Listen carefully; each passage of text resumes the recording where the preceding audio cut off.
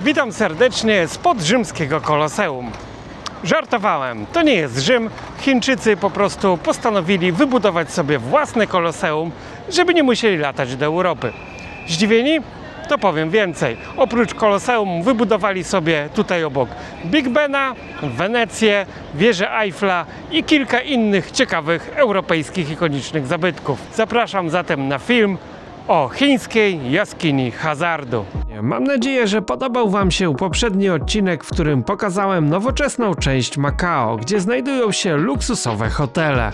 Tym razem zabiorę Was na drugą wyspę, gdzie znajduje się najstarsza historyczna część Makao, wpisana na listę Światowego Dziedzictwa UNESCO. Ale oprócz zabytków odwiedzimy też kolejne kasyna i cuda świata skopiowane przez sprytnych Chińczyków. Dziękuję Wam za wszelkie wsparcie kanału, bo dzięki temu mogą powstawać filmy takie jak ten. Przed przybyciem Europejczyków Makao było małą wioską rybacką i handlową.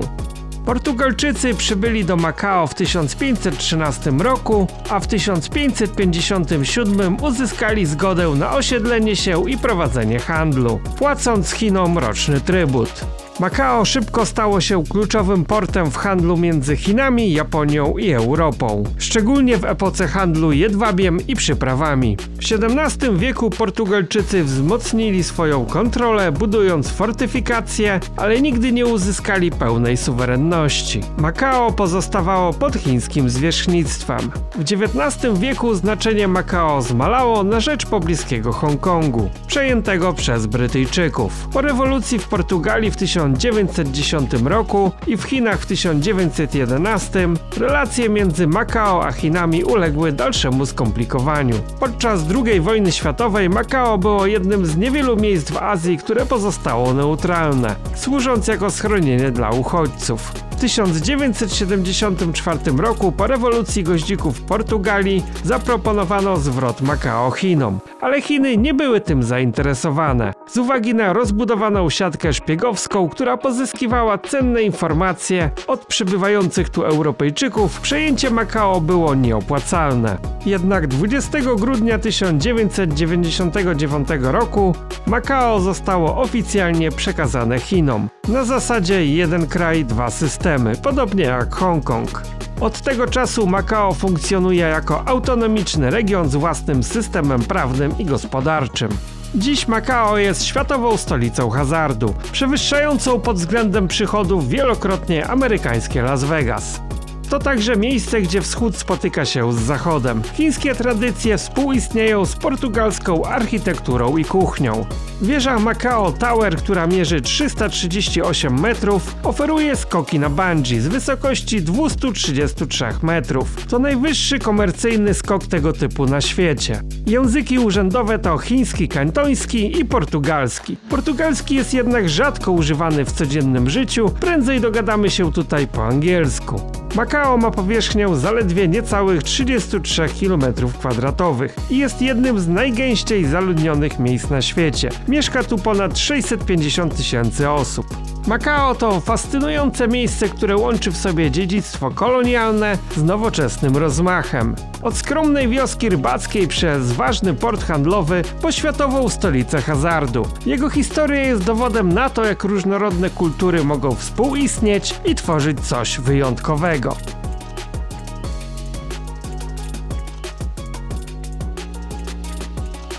Dziś mamy niebywałe szczęście, bo jest akurat 26. rocznica przekazania Makao w ręce Chińczyków i z tej okazji ma odbyć się potężna parada. Darmowym autobusem wprost z hotelu jedziemy na drugą wyspę, gdzie znajduje się historyczna część Makao.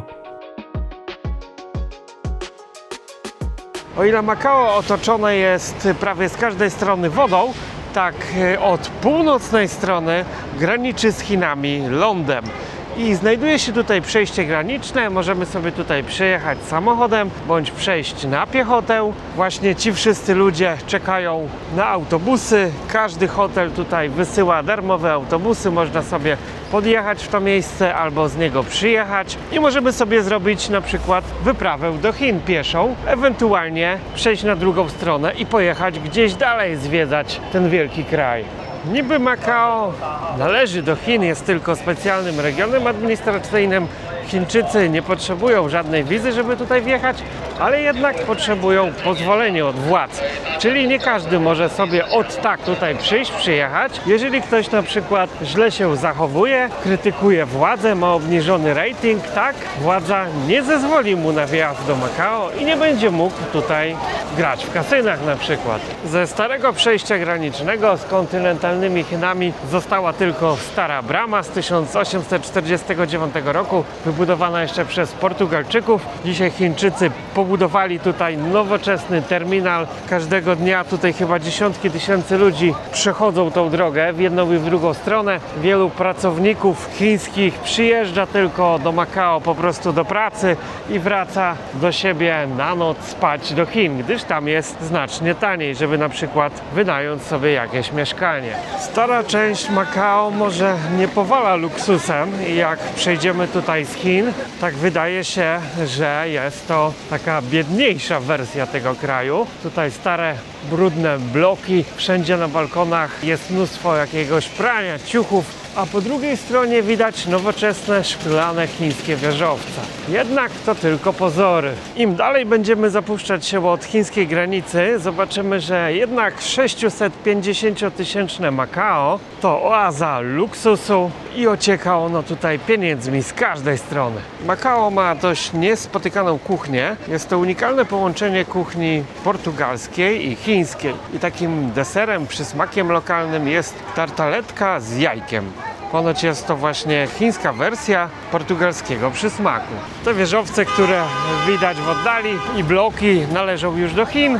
Granica przebiega dokładnie tutaj za tym boiskiem, wzdłuż tej drogi.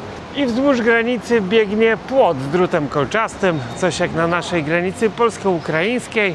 I ci ludzie żyją tutaj jakby w jakimś chowie klatkowym i do samej góry wszystkie okna, wszystkie balkony są zakratowane. Nie wiem dlaczego. Czyżby ktoś tutaj się wspinał, jacyś złodzieje i porobili sobie po prostu tutaj takie suszarnie. Wszędzie coś wisi, coś się suszy. W starej części mamy normalne, dawne Chiny. Obdrapane, szare bloki i szczerze to jest tutaj brudniej nawet jak w kontynentalnych Chinach. Tu jeszcze reformy pewne nie dotarły i jeżeli właśnie od takiego miejsca zaczynamy sobie zwiedzanie Makao, to można sobie wyrobić dość złą opinię o tym miejscu. W odróżnieniu od na przykład takiego lansiarskiego Dubaju, w Makao podoba mi się właśnie to, że ma ono dwa oblicza. Mamy tutaj bajecznie luksusowe hotele, ociekające złotem apartamenty, drogie samochody, ale wystarczy, że pojedziemy autobusem 10 minut w innym kierunku i lądujemy w miejscu takim jak to. Obdrapane, szare bloki, małe, zapyziałe, cuchnące pieczoną kaczką knajpki i ten taki wszechobecny azjatycki nieład. Patrząc na te obrazki, w ogóle nie wydaje mi się, jakbyśmy byli w jednym z najdroższych miejsc na ziemi. W Makao językiem urzędowym nadal jest język portugalski i chiński. Stąd też nazwy ulic pisane są dwujęzycznie. Także wszelkie jakieś tablice informacyjne, tutaj nawet widzimy kursy autobusów, są napisane dwujęzycznie, po chińsku i portugalsku. Na szczęście mnóstwo informacji jest też napisana po angielsku, stąd turyści z całego świata mogą się tutaj jakkolwiek rozeznać w sytuacji. Jako że Makao jest zamieszkane prawie wyłącznie przez Chińczyków, tak na jego terenie znajdziemy liczne świątynie chińskie, tak jak ta świątynia Lingfeng. Makao jest jednym z najgęściej zaludnionych obszarów na kuli ziemskiej. Na niespełna 33 km² żyje tutaj 650 tysięcy ludzi, co daje gęstość zaludnienia na poziomie prawie 20 tysięcy osób na kilometr kwadratowy. Dla porównania, w Polsce na kilometrze kwadratowym żyje tylko 120 osób. Taka ilość ludności wymusza pewną oszczędność miejsca. Stąd nie ma na przykład miejsca na cmentarze. Dlatego popularne są tego typu obiekty, tak jak ta świątynia, w której mieszczą się na kilku poziomach katakumby. Tutaj składane są prochy zmarłych, mamy tylko zdjęcie, jakieś napisy o zmarłym i możemy sobie przypiąć tutaj wyłącznie mały bukiecik kwiatów. Ten budynek ma właśnie kilka pięter Każdy z poziomów wypełniony jest takimi katakumbami. Na dole mamy też piec, w którym pali się dary dla duchów zmarłych. Można kupić tutaj obok papierowe pieniądze, samochody i inne dobra. Palimy to w intencji zmarłego, aby przydały mu się te dobra gdzieś tam w życiu po śmierci.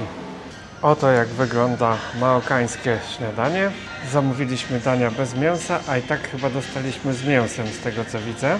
I pomimo, że niby obsługa angielski zna.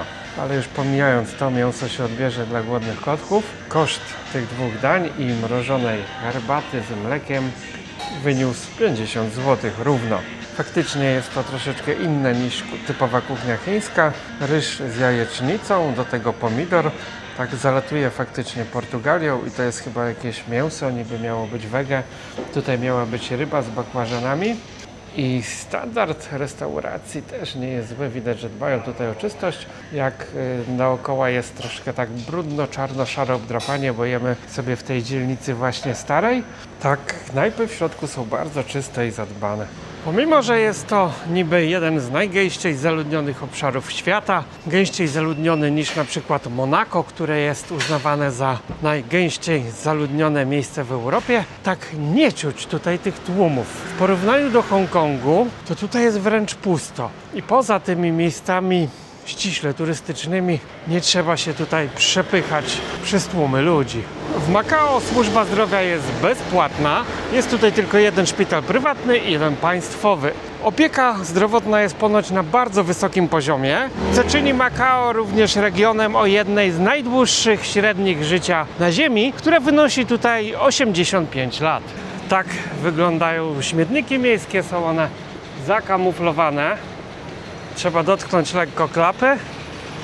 Otwiera się automatycznie i możemy tam zostawić swoje nieczystości.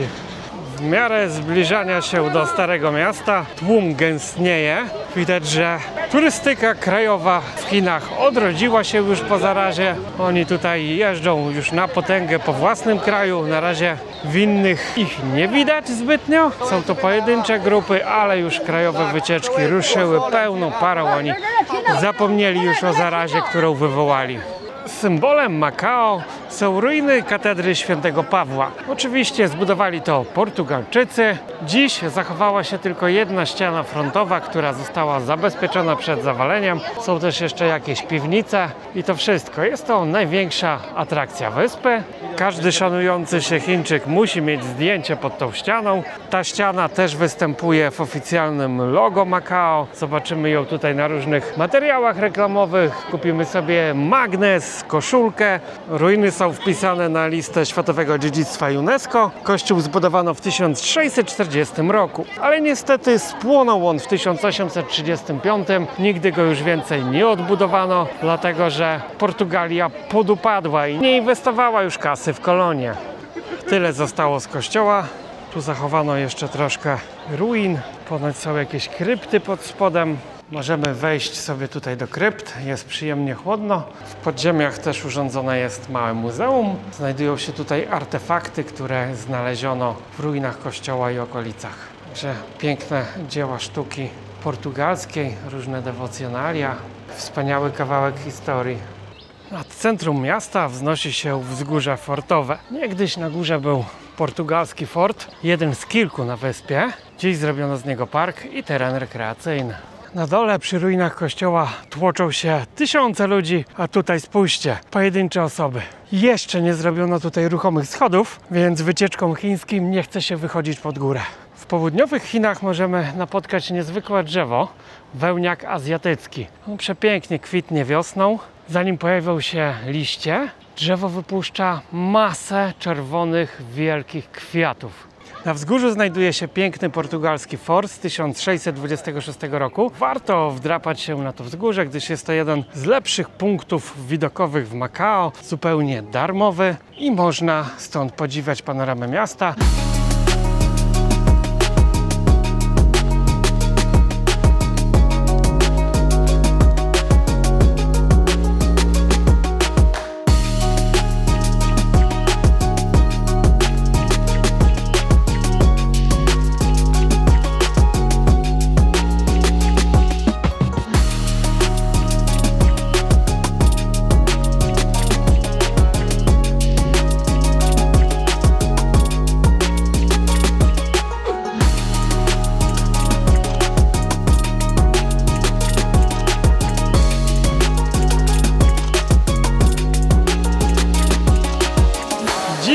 Makao jest chińską oazą luksusu, jednak nie zawsze tak było.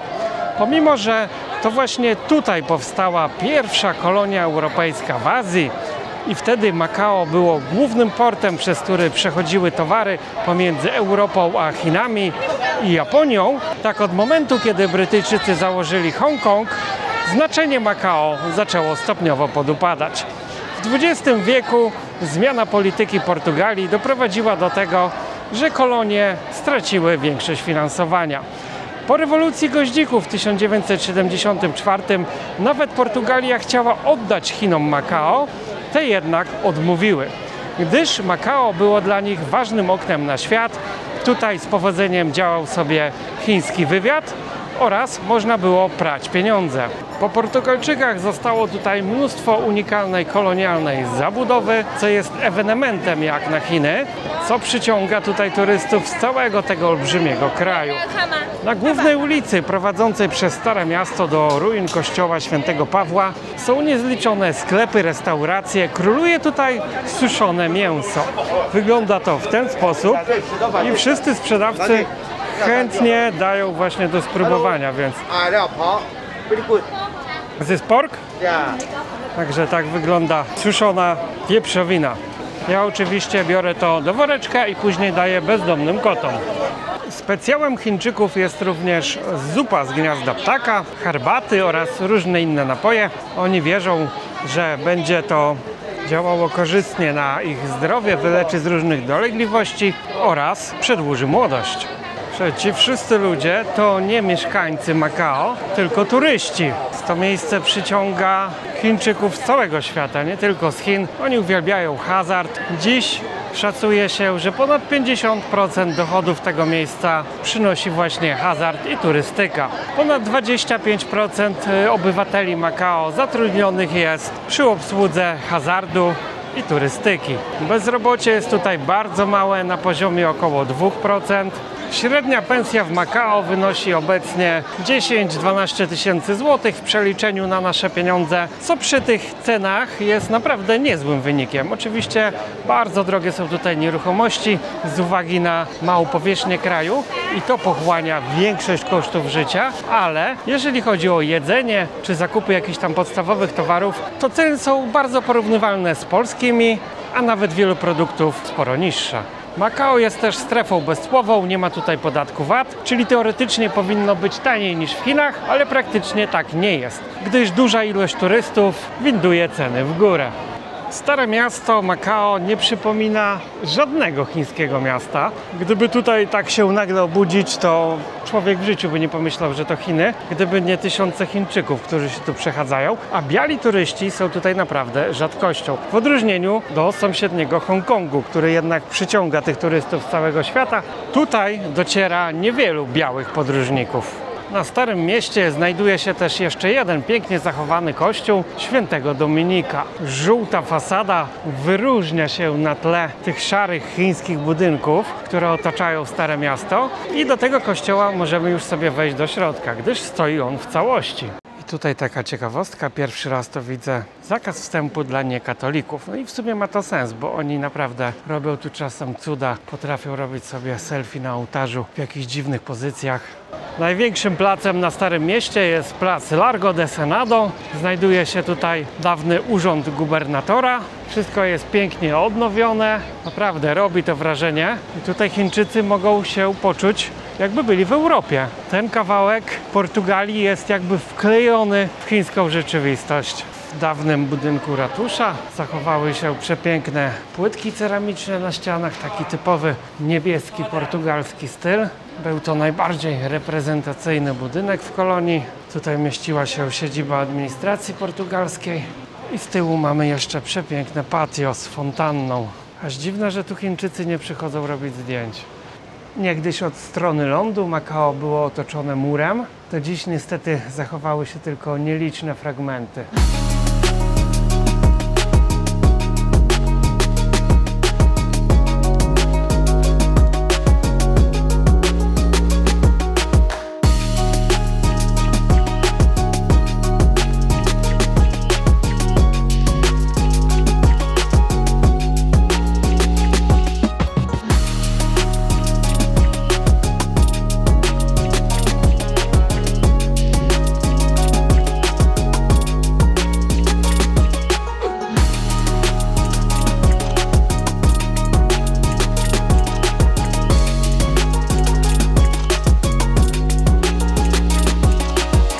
95% mieszkańców Makao jest Chińczykami, pozostałe 5% stanowi mieszanka Filipińczyków, Wietnamczyków, Portugalczyków, jak żeby inaczej.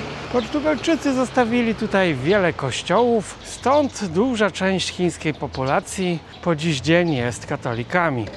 Spośród zabytkowych budynków warto zobaczyć też Dom Pedro, czyli teatr portugalski zbudowany na cześć portugalskiego króla. Wyróżnia się on zielonkawą barwą. Jest to pierwszy teatr w stylu zachodnim, który został wybudowany w Chinach. Że musiał robić na Chińczykach wtedy niemałe wrażenie. Możemy pooglądać znaczki z Mao Tse-tungiem, czy kupić sobie czy przeczytać może książkę obecnego prezydenta Xi. Na starych zdjęciach widać, że w teatrze odbywały się różnego rodzaju potańcówki i bale. A teraz zrobiono tutaj taką izbę pamięci ojca rewolucji chińskiej. Możemy zajrzeć też na balkon teatru. No, teatr nie jest duży. Myślę, że na jakieś maks 300 osób, ale na tamte czasy tutaj do zabawy wystarczał. Stary hotel Lizbona i kasyno. No widać, że ma swoje lata. I też taka dość oryginalna architektura jak na Chiny. Ten budynek też zdaje się tutaj nie pasować do reszty. Ale jest to cenny zabytek dla Chińczyków, jakby nie było. Cała fasada hotelu wyłożona jest taką mozaiką i płytką ceramiczną. Symbolem Makao jest kwiat lotosu. Znajdziemy go na zielonej fladze tego mini państwa, a dziś regionu specjalnego. I pomnik Złotego Lotosu znajduje się niedaleko hotelu Sands. Oczywiście jest to obowiązkowy punkt każdej chińskiej wycieczki. Każdy chiński turysta, który przybywa do Makao, musi mieć zdjęcie pod tym lotosem. Ale jaja, Chińczycy wybudowali sobie tutaj nawet rzymskie koloseum. A co tam? Po co mają jeździć do Europy, jak można sobie Europę zbudować w Chinach? I w jeden dzień jesteśmy w stanie zwiedzić kilka najważniejszych zabytków Europy. Nie byłem w rzymskim koloseum, ale wydaje mi się, że to jest trochę mniejsze, ale wygląda bardzo podobnie. Więc na zdjęciach nasi znajomi niekoniecznie zauważą różnicę. To jednak jest używane, bo widać, że jest tutaj scena, odbywają się jakieś występy, krzesełka są też plastikowe, ale zobaczcie, jak tutaj się ochoczo fotografują, no prawie jak w Rzymie. I co ważne, to koloseum jest za darmo. W Rzymie musimy odstać swoje w kolejce, zapłacić kupę kasy za wstęp, a tu proszę, mamy podobną atrakcję zupełnie za darmo. I faktycznie na pierwszy rzut oka można byłoby się nie połapać, bo wygląda to bardzo podobnie. Odwzorowano tutaj nawet europejskie nadmorskie miasteczko. To wszystko jest sztuczne. Udało się znaleźć mapę obiektu i spójrzcie na to. Mamy tutaj rzymski amfiteatr, sekcję włoską i angielską, sekcję hiszpańską, Rivierę Włoską, Amsterdam, Lizbonę, Cape Town, czyli RPA, Nowy Orlean, Afrykę i Miami. Jest to jakoś dziwnie pusto. Nie wiem, czy nie wypalił im ten pomysł. Zrobione to jest naprawdę z rozmachem. Są tutaj knajpki, ale brakuje ludzi. No też zobaczcie, jakie tutaj są mosty potężne. Te dwie wyspy są połączone kilkoma mostami, jest ich chyba za 6. Oni się tutaj naprawdę nie rozdrabniają. Zrobili nawet zadaszenia, żeby tutaj nie paliło słońce albo nie padał deszcz. No tak, do zdjęć, żeby sobie nacykać na te social media, no to wygląda to całkiem, ale wszystko jest sztuczne. No ale to miejsce świeci dziwną pustką. Przywożą tu część wycieczek, ale poza tym chyba mało kto tu zagląda. Także rozmach Chińczyków może naprawdę zaskakiwać na każdym kroku. I jeżeli wydaje wam się, że to jest dziwne i kiczowate, to wspomnę jeszcze, że wybudowali oni sobie kilka całych miast, które dosłownie imitują europejskie miasta, takie jak Londyn, Paryż, Wenecja, i nie ograniczają się one do kilku uliczek, tak jak to miejsce, tylko kopiują wiele hektarów. Są tam skopiowane 1 do 1 najważniejsze ikoniczne budynki, zabytki. Tym razem podczas pobytu w Chinach niestety nie starczyło mi czasu, żeby wam to pokazać, ale jeżeli chcielibyście zobaczyć tego typu miasta, one są w większości jak gdyby wymarłe, bo te projekty właśnie nie chwyciły. Jeszcze nie chwyciły, nie wiadomo co będzie dalej. Wybiorę się może właśnie do tych miast, bo sam jestem ciekaw, co oni takiego tam wybudowali. No ta powierzchnia mała nie jest. Jest to taka, można powiedzieć, niewielka dzielnica w zasadzie Makao, stworzona sztucznie całkowicie. Pewnie tutaj na dole wszędzie miały być jakieś knajpy, ale dużo budynków stoi pustych. Na górze mogłyby być jakieś fajne butikowe hotele, hostele, ale też większość świeci pustkami. No ale wiadomo, że zaraza troszkę ukróciła turystykę. Ten region też był mocno zamknięty, odizolowany, więc to wszystko dopiero wraca. No i Chiny są tak potężne i posiadają tylu turystów, żądnych wrażeń, że oni to zapełnią. Pobudowano tutaj przystanie dla łodzi. Łodzi żadnej póki co nie ma. O, i tutaj mamy butelkę do zdjęć z piwem maokańskim, tak to się fachowo chyba będzie wymawiać. Zrobiono tutaj nawet wioskę afrykańską, niestety jest opuszczona, także jest to normalnie miszmasz wszystkiego z całego świata. Tutaj afrykańska wioska, tam Włochy, tam jakaś Portugalia czy Hiszpania i można się śmiać z Chińczyków, że brakuje im autentyzmu, że chcą skopiować to czy tamto. Kraj mają naprawdę olbrzymi, w którym autentyzmu nie brakuje. Nawet w tym miejscu, w tym niewielkim Makao, jeżeli chcemy sobie podziwiać oryginalną architekturę portugalską, nie ma problemu. Jeżeli chcemy pójść do chińskiej świątyni, też nie ma problemu. To wszystko tu jest, więc dlaczego by nie mieli sobie zbudować czegoś takiego? Kto im zabroni? A zawsze znajdą się ludzie, którzy dla zrobienia zdjęcia w czymś takim przyjadą tutaj, a nie pojadą do Europy, bo po prostu nie będzie ich na to stać. Pomimo, że to wszystko jest sztuczne, to faktycznie zrobili to z dbałością o szczegóły. Nawet takie elementy metalowe mają jakąś sztuczną rdzę.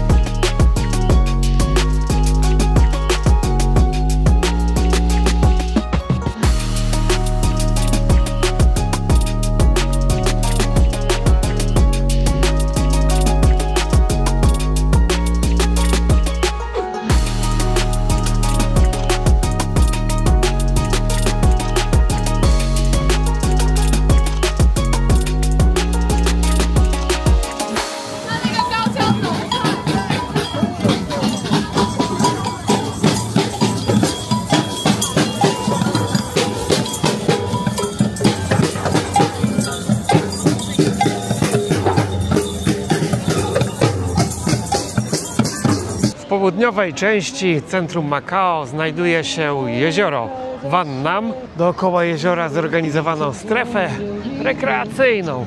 Tutaj można sobie coś zjeść, posiedzieć, pośpiewać karaoke, jak wielu widzę Chińczyków tutaj czyni. Niektóre samochody tutaj mają 2, a nawet 3 tablice rejestracyjne. Ten ma akurat 3, widać dowożenia prezesów. Taki VIP van. U góry tablica z Chin kontynentalnych, po środku tablica Makao, a na dole tablica Hongkongu. Ciekawe, co by na taki zabieg powiedziała nasza milicja. No. Akurat dziś mamy szczęście, bo jest wielkie święto, obchody 26. rocznicy przyłączenia Makao do Chin. Czy takiego przyłączenia jeszcze niekompletnego, ale właśnie w 1999 roku Portugalia oddała Chinom swoją kolonię. Makao zostało też azjatycką stolicą kultury. Z tej okazji zaproszono dzisiaj ponad 100 zespołów z 60 krajów. Ulicami miasta przemaszerowała piękna parada, a teraz na zakończenie dnia wszystkie te zespoły jeszcze raz prezentują się na wielkiej scenie tuż pod słynną wieżą telewizyjną Makao.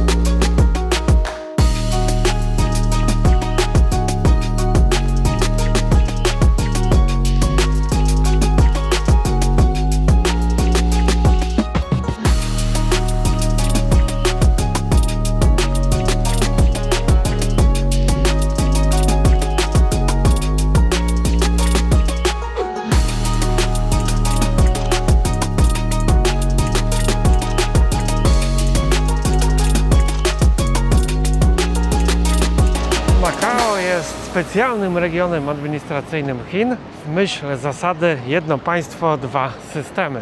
Czyli Chiny sprawują tutaj w zasadzie pełną władzę, ale różni się ten region bardzo od Chin kontynentalnych. I niby teoretycznie w 2047 roku Makao ma zostać całkowicie wchłonięte przez Chiny, ale raczej wątpię, żeby to się stało z prostego powodu.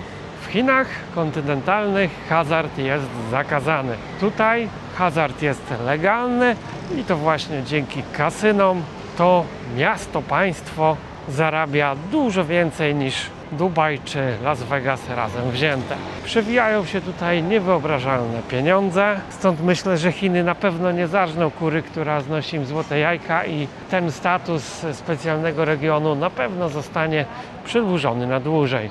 Makao wprost ocieka z złotem i pieniędzmi. Wszędzie są tutaj luksusowe hotele, tak wielkie, że nawet nie mogę objąć ich kamerą. Wzdłuż ulic mnóstwo sklepów z luksusowymi towarami, salonów złotniczych, mnóstwo jakichś biżuterii, łańcuchów, wyrobów ze złota i kamieni szlachetnych. Wydaje się, jakby tutaj były całe pieniądze świata.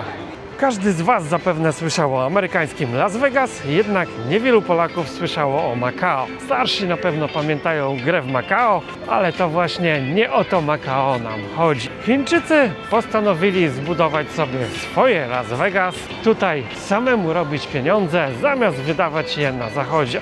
I pomimo, że to miasto jest jak gdyby namiastką zachodu, bardzo tutaj widać Chińczycy wzorowali się na zachodnich miastach, kurortach, to widać na każdym kroku. Kopiowali sobie część Wenecji, Londynu, Paryża i innych światowych, sławnych miast. Możemy tu kupić naprawdę wszelkie produkty światowych, zachodnich marek. Tak, oni nie stawiają na turystę zachodniego. To wszystko jest zrobione pod Chińczyka, ewentualnie pod turystów z Azji. Tutaj nawet jak przechadzamy się tymi ulicami, to naprawdę turyści zachodni z Europy czy USA myślę, że stanowią 1%. Pomimo, że to miasto ocieka luksusem i mogłoby się wydawać na pierwszy rzut oka, że jest tutaj bardzo drogo, nic z tych rzeczy. Hotele kuszą dość tanimi cenami za pokój i często śniadanie kosztuje tyle samo co pokój, jeżeli chcemy je sobie dokupić, a obiad w hotelu będzie droższy niż sam pokój, ale właśnie chodzi o to, aby przyciągnąć tutaj tego klienta i żeby zostawił on pieniądze w kasynie, gdyż większość hoteli posiada tutaj własne kasyna. W mieście, niczym w Las Vegas, na każdym kroku czekają na nas różne atrakcje i wcale nie musimy za nie płacić. Jest mnóstwo pokazów kolorowych, tańczących fontan na przykład. W tych wszystkich kasynach, hotelach też możemy trafić na różne ciekawe wydarzenia, a jeżeli mało, to możemy udać się na pokaz rodem z Broadwaya. I tutaj naprawdę Chińczycy mają potężny rozmach i jest w czym powybierać. Najbardziej charakterystycznym i najstarszym kasynem Makao jest kasyno Grand Lisbona, zbudowane jeszcze za czasów rządów Portugalczyków. Dziś przyciąga wzrok swoją niebanalną bryłą, która chyba ma obrazować kwiat lotosu, z tego co pamiętam. Kasyno Lizbona prezentuje jeszcze taki stary portugalski styl architektoniczny, ale obok wybudowano kolejne Grand Lisbona i tutaj w olbrzymiej złotej kuli mieści się kilka poziomów kasyna. Wchodzimy więc do jaskini hazardu. Niestety w samych kasynach nie wolno nagrywać wideo. Bardzo tego pilnują, jest mnóstwo kamer, ochroniarzy. Samo prawo Makao zabrania po prostu rejestracji obrazu w kasynach ze względu na prywatność graczy. I to nawet nie jest regulamin kasyna, ale pokrótce mogę Wam opowiedzieć, co jest w środku. Sama zjata, zero białych turystów, graczy. To wszystko akurat w tym kasynie może jest takie dość, powiedzmy, stare w stylu vintage, ale naprawdę jest w czym powybierać, kilka pięter. Są ruletki, blackjacki, pokery, maszyny różne, jednoręcy bandyci oraz są takie wirtualne automaty, gdzie widzimy krupiera na ekranie i są to laski z dużymi piersiami. Chińczycy tak się wpatrują w te piersi, że zapominają chyba nawet o tych dolarach, które przegrywają. W samym holu kasyna jest taka, powiedzmy, galeria sztuki. Tutaj na przykład misternie, pięknie wyrzeźbiony kieł słonia. Olbrzymi kieł słonia. I są tutaj tysiące małych małpek i jakichś chińskich postaci. No niesamowita. No, przepraszam, to jest jednak kieł mamuta, czyli ktoś gdzieś kiedyś znalazł i zrobił z tego takie przepiękne dzieło sztuki. Kolejna rzeźba z kła mamuta. Mamy tutaj wielki chiński mur. Produkcja tego dzieła zajęła artystom ponad 6 lat. Mają tutaj nawet olbrzymie diamenty. Niestety nie można do nich bliżej podejść, bo są odgrodzone, dobrze zabezpieczone. 210 karatów, że musi to być warte naprawdę fortuna. Jak już wygramy tutaj upragnione miliony, tak można sobie kupić od razu złoto. I tu można sobie kupić też chińską taką czapeczkę ze złota. Tutaj pierścionki z brylantem, 110 tysięcy, jakiś naszyjnik, 220 tysięcy dolarów. Złote karty do gry są tańsze, bo po 3000 dolców tylko. Dziękuję za dotrwanie do końca filmu i już teraz zapraszam Cię do obejrzenia kolejnego odcinka.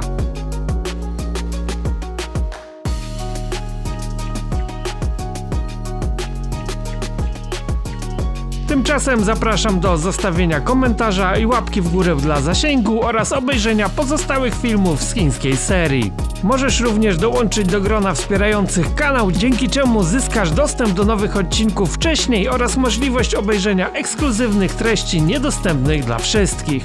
Dla Ciebie to koszt mniejszy niż jedno piwo, a dla mnie duża motywacja do dalszej pracy. Do zobaczenia w kolejnych odcinkach lub gdzieś na szlaku. Cześć!